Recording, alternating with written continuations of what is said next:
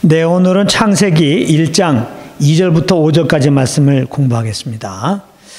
근데 이제 오늘 말씀을 공부하기 전에 우리가 먼저 알아야 될 것은 모든 성경은 예수님에 대한 것이라는 겁니다. 예수님에 관한 거예요, 성경은요. 이 사실을 먼저 알고 있어야 됩니다. 예수님이 누가복음 24장 44절에도 보면은 이런 말씀하셨어요. 모세의 율법과 선지자의 글과 시편에 나를 가리켜 기록된, 이렇게 말씀하셨거든요. 여기 이제 모세의 율법, 선지자의 글, 시편은 구약을 말하는 겁니다. 구약을 이렇게 나눠보면 세 부분으로 나누면 이렇게 되는 거예요. 모세의 율법, 모세오경이죠. 선지자의 글, 선지서죠. 시편, 시가서를 말하는 겁니다. 이렇게 구약이 세 부류로 된 건데요. 그러니까 예수님이 말씀하신 것은 뭐냐면 구약의 말씀은 다 나를 가리킨 것이다. 그러니까 구약의 말씀은 오실 예수님에 대한 것이고요. 신약의 말씀은 구약의 약속 따라 오신 예수님에 대해서 기록된 것이라는 거죠. 이것을 아는 게 굉장히 중요합니다. 왜 그러느냐? 이것을 알고 있어야 왜 성경 공부를 하는가? 이게 나옵니다. 우리가 성경 공부하는 이유는, 오늘도 이렇게 창세기를 공부하는 이유는 다른 것이 아니에요. 예수도 알기 원한 겁니다. 예수 그리스도의 그 십자가를 알기 원하는 겁니다. 그 예수 그리스도의 십자가를 통해 나타난 하나님의 사랑을 알기 원하는 그것입니다. 다른 이유가 없어요. 그 성경 공부는 예수 보화를 캐내는 겁니다. 오늘도 성령을 쫓아서 우리가 이 공부를 하는 가운데 예수 그리스도를 만나는 애가 있기 원합니다. 하나님의 그 사랑을 꼭 맛보는 그런 애가 있기를 원합니다. 자, 이런 이제 기대감을 가지고 우리가 오늘 공부 좀 하겠는데요. 오늘 2절에 보게 되면은 땅이 혼돈하고 공허하며 이렇게 시작됩니다. 그럼 이 땅은 구체적으로 어떤 땅인가? 이 땅을 뭘 말하는가 했을 때 그 1절에서 태초에 하나님의 천지를 창조하시나 그러는데, 그 천지라고 하는 것은 우주와 지구라고 말씀드렸는데 그 지구를 말하는 겁니다. 하나님이 우주를 만드시고 우주 가운데 지구를 만드셨는데 그 지구가 어떤 상태였는가, 그걸 말하는 거예요. 그 지구는 어떤 상태예요? 이렇게 혼돈하고 공허하고 아주 흑암이 있다는 얘기는 아주 그냥 빛이 없다는 거죠. 그런 상태를 지금 말씀하고 있는 겁니다. 그런데 가만히 보면은 2절부터 31절까지, 창세기 1장 2절부터 31절까지 보면은 그 지구 안에 이제 만물들을 지금 만드는 거잖아요. 그러니까 가만히 보면은 우주를 만드시고 지구를 만드시고 또 지구 안에 구체적으로 이렇게 접근해가는 형식으로 창세기 1장이 기록되어 있습니다. 그러니까 여기서 우리가 알 수 있는 것은 이 지구가 온 우주의 중심이구나, 이거를 알 수 있는 거죠.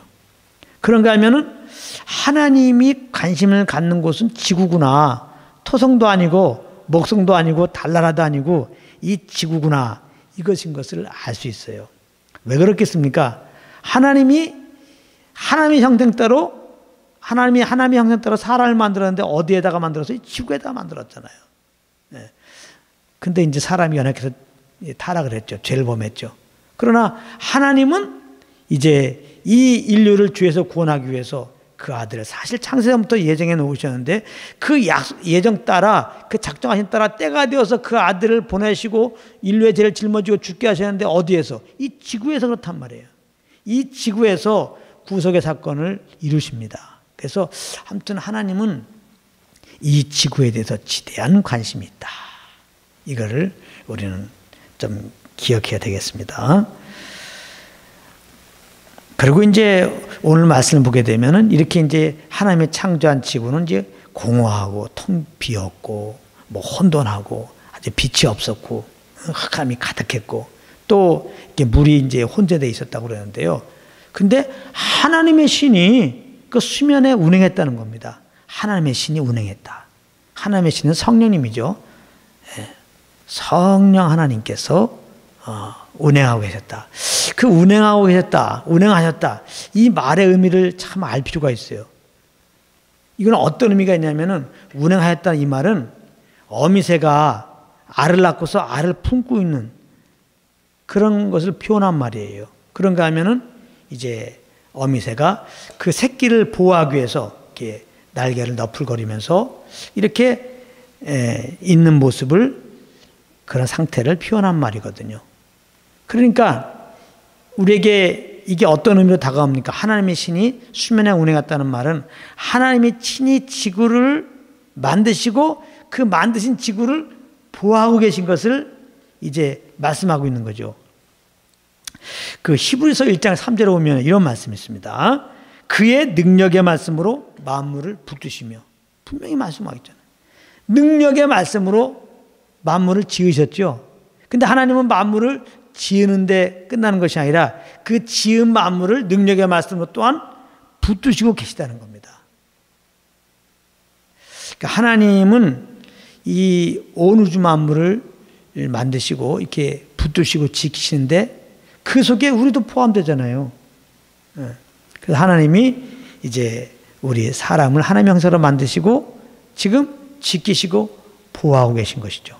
그래서 마태복음 6장에 보게 되면은 모든 미물도 하나님이 먹이고 입히고 또 사람도 먹이고 입힌다고 그러잖아요. 하물며 예수 믿고 구원받은 그 아들의 피를 이제 주고 값을 치르시고 자녀 삼으신 우리랴 그러면서 걱정하지 말라, 염려하지 말라, 무엇을 먹을까 말까 입을까 걱정하지 말라, 이런 것들은 하나님이 다 제공해 주신다, 그렇게까지 말씀하시잖아요.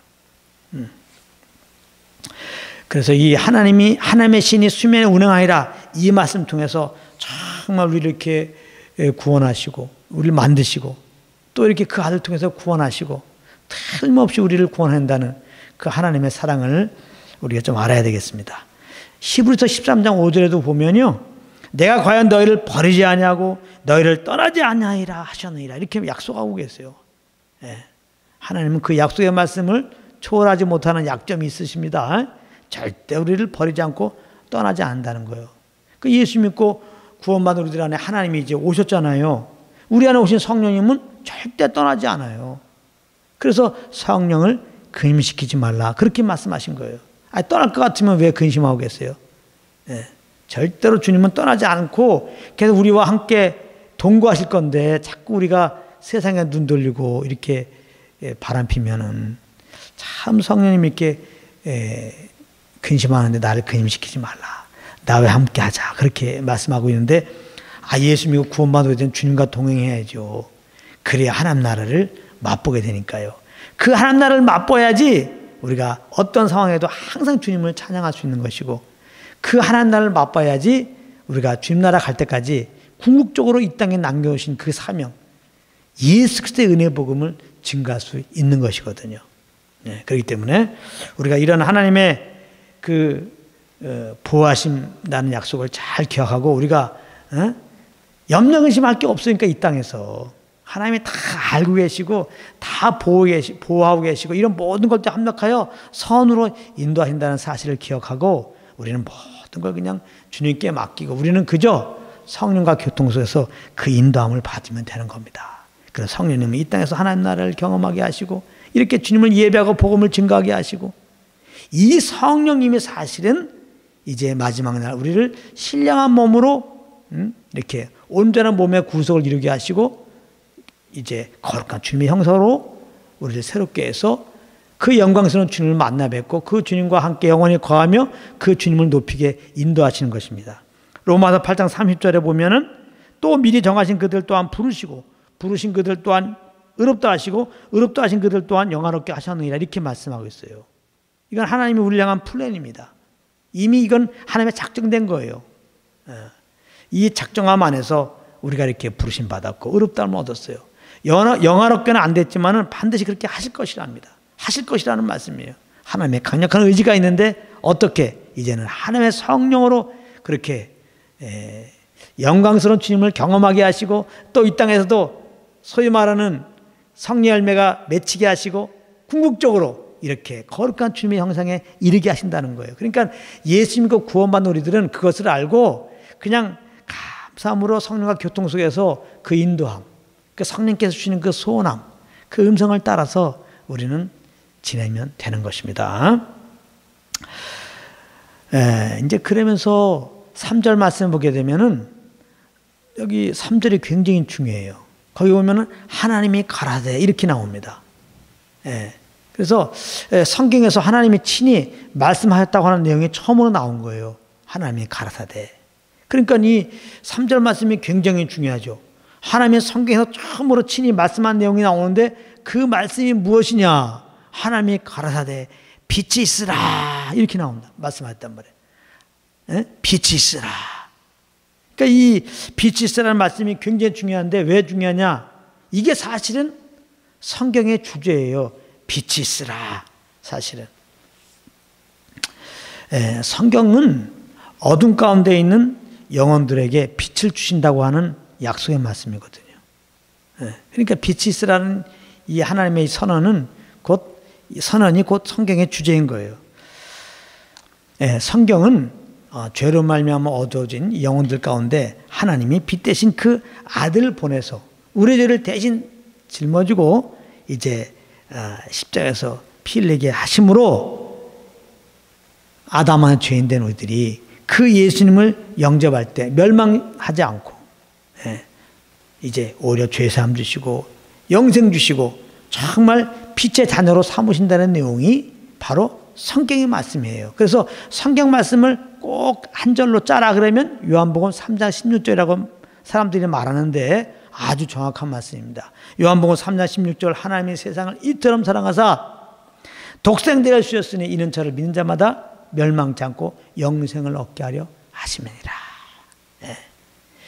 그래서 이 빛이 있으라 이 말씀이 바로 성경의 주제가 되는 거예요. 자, 하나님의 말씀으로 이 지구에 빛이 있으라 말씀하시니까 빛이 있게 되었습니다. 근데 이 빛은 무슨 빛일까? 왜냐하면은 이게 지금 첫째 날에 지금 이루어지고 있는 거거든요. 하나님이 첫째 날에 천지를 창조하시고 이렇게 창조한 지구에 이렇게 이제 빛을 또 말씀하고 있는 빛이 있도록 말씀하시는 건데요. 그 넷째 날에 보면은 두 광명체가 나와요. 별들이 나오고. 그 광명체 중에 하나가 태양 아니겠어요? 태양에서 빛이 나온다고 우리는 알고 있는데 지금 3절에 보니까 빛이 있으라 하고 나와요. 그럼 이 빛이 뭐냐 이 말이에요.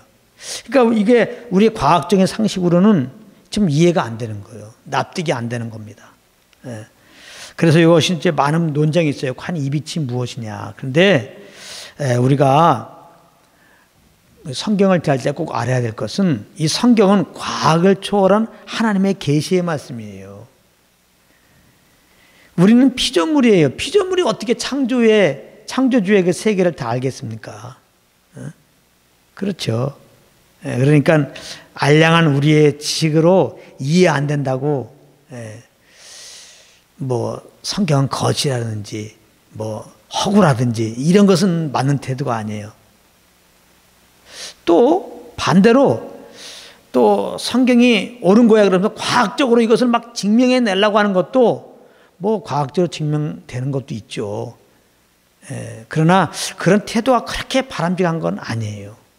또 다 과학적으로 증명할 수 있는 것도 아니고요. 그래서 제가 처음에 얘기한 거예요. 성경은 예수 그리스도에 대한 것이라고요. 하나님이 어떻게 보면 과학을 초월한 이런 어떤 내용도 우리에게 주시는 것은 우리를 뭐 헷갈리게 하고 혼돈스럽게 하고 그렇게 하려고 주신 것이 아니라 더 주님을 의지하라고. 성경은 성령님이 기록한 거잖아요. 성령에 감동한 자들이 썼잖아요. 그러니까 사실은 성경을 볼 때는 우리의 어떤 지식으로, 우리의 지혜로, 우리의 경험으로 보면 안 되고 이 성경을 기록한 성령님이 우리 안에 계셔서 성령님이 알려주는 성령님으로부터 깨달음 받아야지 그게 진짜 깨달음이니까 이렇게 우리가 이해되지 않는 거 있으면 더 성령을 의지하고 이렇게 성경을 이렇게 읽게 되면 이해가 되죠. 근데 성경은 아까 뭐라고 했어요? 예수님에 대한 거니까 성령의 도움 받으려면 우리 자세가 이 성경을 통해서 예수를 만나려고 하는 마음으로 성경을 보면은 성령의 도움이 와요. 성령으로 말미암아 우리에게 이렇게 성경을 통해서 주고자 하는 그 메시지를 받을 수 있어요. 그러니까 이 빛이 있으라 이걸 그냥 우리의 지혜로 이 과학적인 지식으로 이거를 대하게 되면은 이게 이해가 잘 안 되죠. 태양은 지금 네 번째 날에 만들었는데 첫째 날에 만드신 빛이 뭐냐면 도대체 이게 여기서 그냥 꽉 막혀버린단 말이에요. 근데 우리가 이 성경을 기록한 목적, 또 성경은 누가 깨닫게 하셔야 되느냐, 내가 아니라 성령이라는 것을 알 때 우리는 혼돈이 없어요. 더 성령을 의지하고 이것이 예수 그리스도를 아는 것과 무슨 관계가 있나, 이렇게 보면은 이것은 아무 문제가 없습니다. 그런데 아무튼 분명한 것은, 그래서 이 빛은 과학으로 증명할 수 있는 빛은 아니다. 우리 지식으로 알 수 있는 빛은 아니다. 우리가 분명한 것은 우리가 모르는 어떠한 빛이다는 것이죠. 근데 이제 성경에서 하나님이 빛이라고 말씀하시고, 또 이제 우리가 궁극적으로 거할 계시록에 보게 되면은 새 하늘과 새 땅이 나오죠. 우리는 그 새 땅에, 그 새 예루살렘에서 이제 거할 것 성경에서 말씀하고 있는데, 거기에 보게 되면은 하나님의 영광의 빛이 가득했다 이렇게 표현하고 있습니다. 요한에서 1장 5절에 보면은 하나는 빛이다, 정확하게 하나님 빛인 것을 말씀하고요. 또 계시록 21장 23절에 보면은 그 성은 해나 달에 비치면 쓸데없으니 이는 하나님의 영광이 비치고 어린 양이 그 등이 되십니다, 이렇게 말씀하고 있고, 계시록 22장 5절에 보면은 다시 밤이 없겠고 등불과 햇빛이 쓸데없으니 이는 하나님이 저에게 빛이십니다, 이렇게 말씀하고 있습니다. 그래서 정말 중요한 것은 태양빛이 아닌 빛의 근원 대신 하나님께서 첫째 날에 정말 빛이 없고 어둠 가득한 이 세상에 있게 하셨다는 그 사실입니다. 그래서 한번 생각해 보게 되면은 우리가 정말 깜깜한 방 안에서 아무것도 할 수 없는데 누가 방문 열고 이제 촛불을 딱 켜갖고 들고 와서 방 안이 환해지면 어때요? 너무 좋죠. 너무 황홀하죠. 한번 이 세상을 생각해 볼 때도 이 세상에 아주 빛이 하나도 없고 그냥 깜깜했어요.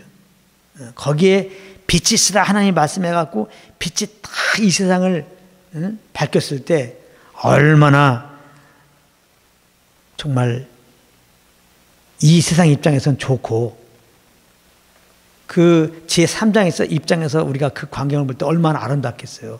그래서 그런지 3절에서는 하나님이 가라사대 빛이 있으라 하심에 빛이 있었고, 그러면서 뭐라고 말씀하시냐, 그 빛이 하나님 보시기에 좋았더라 이렇게 말씀하거든요. 하나님이 그 어둠 가득한 이 세상에 딱 빛이 있게 하신 다음에 그 모습을 보면서 친히 보기에 좋았더라 그렇게 말씀하셨다고요.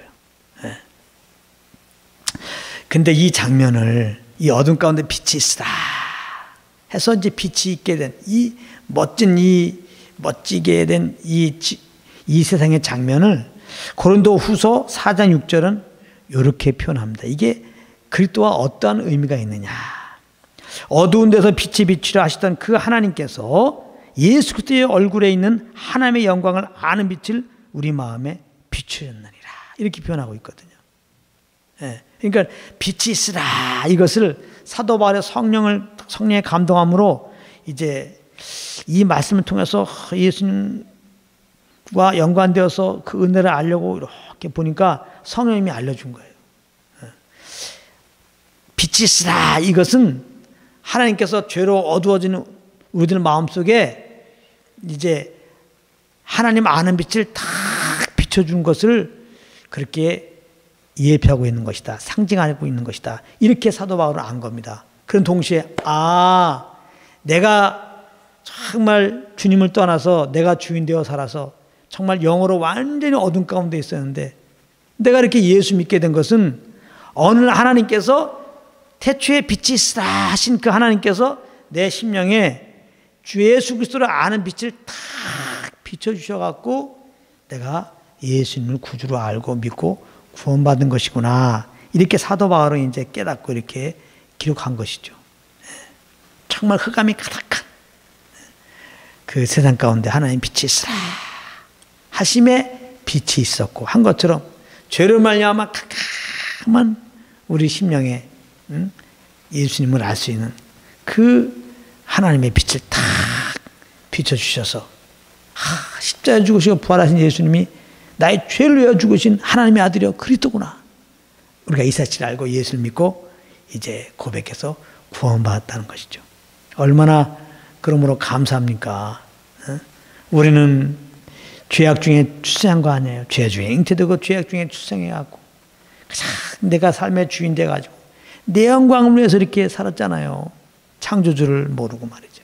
그럼에도 2000년 전에 이미 우리를 사랑하신 하나님이 그 약속 따라 그 아들을 보내시고 이렇게 십자가에서 피 흘려 죽게 하시고 부활케 하심으로 구원의 옷을 마련해 놓으시고 구원의 이름을 다 우리에게 주시고 그렇게 우리가 뺀질뺀질하게 그렇게 정말 복음을 듣지 않고 계속해서 내 욕심을 따라 그렇게 살았지만 하나님은 결코 포기하지 않으시고 계속 우리에게 이렇게 다가오셔서 말씀을 주시면서 이제 급기야 주님을 아는 빛을 내 심령에 탁 비춰주심으로 말미암아 내가 예수가 구원된 걸 알고 이렇게 믿고 고백하게 되었으니 이게 얼마나 큰 은혜입니까?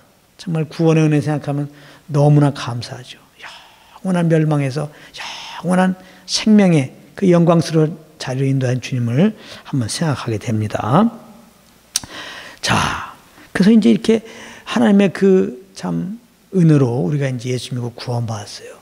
하나님이 빛이 있어야 하며 빛이 있었고, 그 모습을 정말 이렇게 보기 좋았더라 하신 것처럼 이렇게 우리 마음에 주님 아는 빛을 비춰주시고 예수 믿고 구원받은 우리들을 보실 때 하나님이 얼마나 좋아하고 기뻐하신지를 성경은 이제 말씀하고 있죠. 스바냐 3장 17절에 보면은 그가 너로 인하여 기쁨을 이기지 못하여 하시며 너를 잠잠히 사랑하시며 너로 인하여 즐거이 부르며 기뻐하시라 하리라. 이렇게 말씀했어요.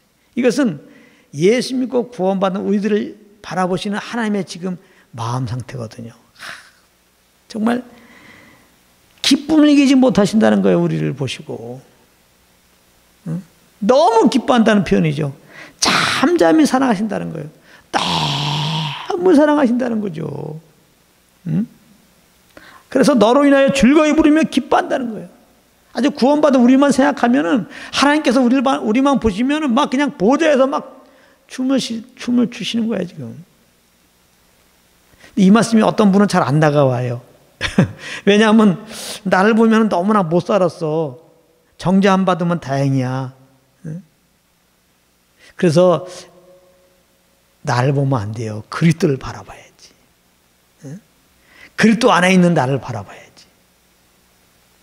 그리고 그리스도 안에서 나를 보시는 이제 하나님을 바라봐야지.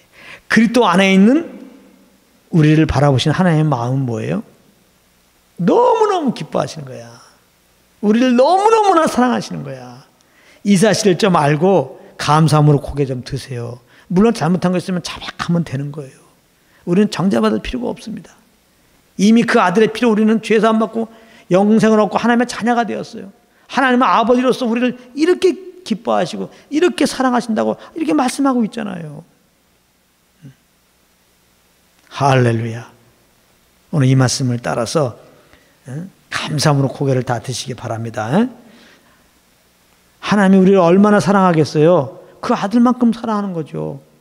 그 아들을 내어주고 우리를 얻으신 거 아니에요. 그 아들의 피를 값주고 우리를 사신 거예요. 그러니까 그 아들만큼 우리를 사랑하신 거예요. 그래서 마태복음 3장 17절에 보면요. 예수님 물세례 받고 땅에 올라오셨을 때 하늘에서 이제 말씀이 내려옵니다. 마태복음 3장 17절에 예수님 바라보면서 하나님 아버지께서 말씀하는 거예요. 내 사랑하는 아들이요. 내 기뻐하는 자라 하시니라. 하나님께서 그 아들에 대해서 말한 거예요. 내 사랑하는 자다. 내 기뻐하는 자다. 그렇죠. 성부 하나님께서 성자 예수님을 바라보면서 가지고 있는 마음이 너무나 기뻐하고 너무나 사랑하세요. 그런데 스바냐 3장 10절 우리가 공부했죠. 예수 믿고 구원받은 우리들에게도 너무나 기뻐하시고 너무나 사랑해요. 뭐가 똑같으죠? 똑같은 거예요. 하나님 아버지께서 그 아들을 바라보는 마음이나 예수 믿고 구원받은 우리를 바라보는 마음이나 똑같다는 거예요. 할렐루야. 얼마나 감사합니까? 이래도 그래도 날 사랑할까? 내가 이렇게 많이 연약한데 연약해도 사랑해요. 나를 기뻐할까? 이렇게 연약함이 많은데 그래도 기뻐요. 왜? 하나님의 자녀니까. 왜? 그 아들 피를 주고 우리를 사셨으니까. 그게 부모님의 마음이에요. 이런 하나님의 마음을 알려고 부모에게 자신을 향한 이런 마음을 주셨어요. 부모들은 알 거예요. 좀 사람들은 우리 자식이 조금 부족한 게 있고 그래서 좀 평가도 하고 그럴지 모르지만 그 자식의 부모는 안 그래요. 기본적으로 정말 사랑해요. 자꾸 나를 보면 너무 연약한 것만 생각하니까 담대히 주님께 못 나가죠. 그래서 하나님이 이미 말씀했어요. 예수의 피를 의지하고 나가라고. 하나님은 예수의 피나 다 용서하시고 오라고 하시는 거예요. 그러니까 혹시 잘못한 거 있으면 자백하면 되는 거예요. 그러면 다 용서한 걸 믿고 정죄받지 말고 이렇게 나를 너무너무 기뻐하시고 너무너무나 사랑하신 주님인 것을 알고 담대히 아버지 품 안에 달려가 보세요. 아버지는 그냥 껴안는 것입니다. 그리고 말씀하십니다. 내가 너를 사랑한다. 내가 너를 정말 기뻐한다. 오늘 이 아버지 마음을 꼭 아십시오. 나를 향한 아버지 마음. 할렐루야. 이 그리스도 안에 있는 하나님의 사랑 안에서 끊을 것이 아무것도 없다는 거예요. 이 사랑을 기억하면 우리는 가장 어떤 상황에도 하나님을 찬양하게 되죠. 이 사랑을 기억하게 되면 우리도 주의 마음을 가지고 영혼들에게 이 은혜의 복음을 증가하게 되죠. 그래서 이제 오늘 말씀에 결론을 맺는다면은 결국은 흑암 가운데 빛이 있으라 하심에 빛이 있었고 보기에 좋았더라. 이 말씀은 정말 죄로 말미암아 어둠 가운데 우리들에게 정말 주님을 알게 하는 빛을 비춰주셔서 그 주님의 은혜로 말미암아 예수를 구주로 믿고 우리가 구원받았는데 하나님은 우리를 구원해 주시고 너무너무나 정말 이렇게 보기에 좋다 하시고 기뻐하시고 사랑하시고 우리를 이렇게 인도한다는 사실을 좀 우리가 새롭게 마음에 담고 그 주님께 감사하면서 그 주님과 사귀면서 오직 그 주님의 인도함만 받는 여러분들 되시기를 예수 이름으로 축복합니다.